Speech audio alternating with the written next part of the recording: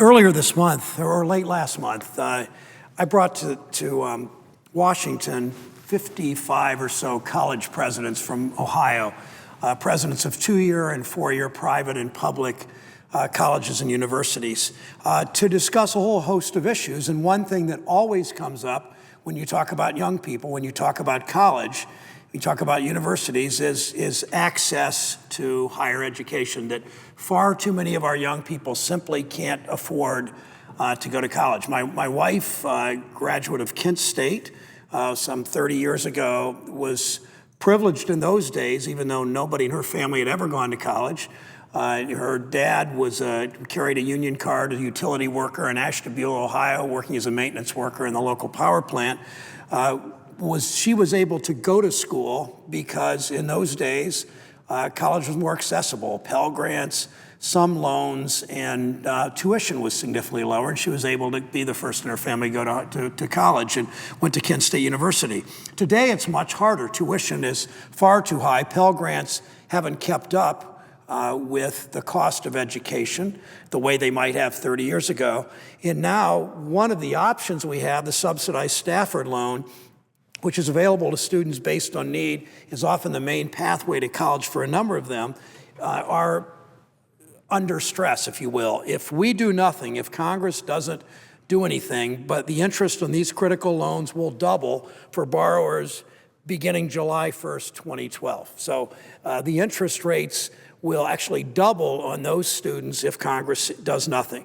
The interest rates right now are 3.4%. That's why they're called subsidized Stafford loans. We know that investing in our young people this way, giving them an opportunity to go to college if they couldn't otherwise, can make such a difference in their lives.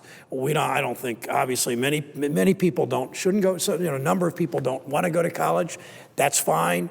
Those that want to go should have that opportunity. Student loans, student debt has reached in this country about $870 billion, exceeding credit cards and auto loans.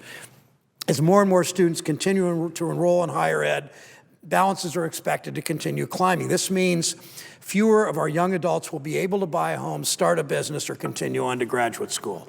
Already, students graduate from 4-year colleges and universities in Ohio with, on average, about $27,000 in student loan debt. If the interest rates doubled, it will add another $2,000 in debt for the average borrower, as much as an additional $5,000 for the neediest borrower of subsidized Stafford loans. Subsidized Stafford student loans. A number of it in this institution, in the Senate, on the Democratic side, are trying to convince our colleagues how important it is that we stop this interest rate from doubling. We must act before July 1st.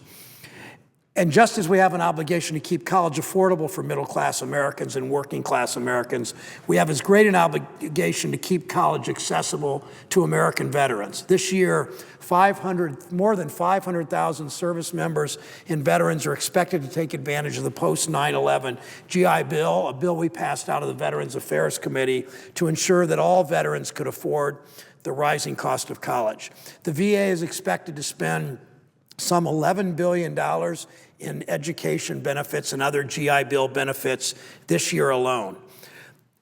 We know in the 1940s and 50s what the first GI Bill did, signed near the end of World War II, how it created a whole generation of prosperity and a strong middle class. We know that the GI Bill of Rights, which the House and Senate passed, I believe 3 years ago, has begun to help large numbers of veterans again. Unfortunately, service members and veterans are often aggressively recruited by some educational institutions that use misleading information. For instance, if you visit the website gibill.com, it directs a veteran to enter his or her personal and contact information to obtain information about the GI Bill's educational benefits. It looks just like a government website, but it's not. It turns around and sells that veteran's information, often to for-profit colleges. Earlier today, I was welcomed at a VFW post in Cleveland by Jason Plesko, the commander of that post. I met with Brad Sonnenstein, a U.S. Air Force veteran, now studying at Kent State, and Joshua Ryder, the assistant director of the Center for Adult and Veteran Services at Kent State University. Brad explained how he was inundated with offers and letters when he was exploring how to utilize his well-earned GI benefits. Those offers overwhelmingly came from for-profit colleges. He said they were more interested with their own bottom line than helping those who served in the front lines. That's simply not right. No one's in a better position to make a decision what's best for them as a veteran than the veteran herself and the veteran himself.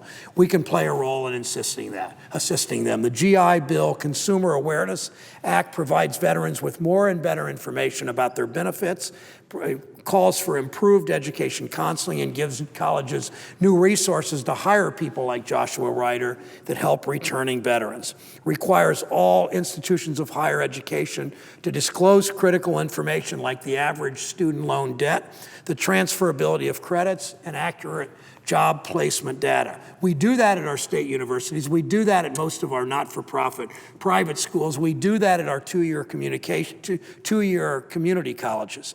Those using the GI Bill tend to be older than the average student population. They choose to serve our nation often right out of high school rather than going straight to college. And because of this, many have families and careers and other challenges that their classmates don't have. Giving our veterans the tools to make the best possible decisions benefits all of them. That's the importance of the GI Bill Consumer Awareness Act. I thank particularly Senator Murray, chair of the Veterans Committee, for her work on this legislation. This body should pass it immediately. Madam President, I yield the floor.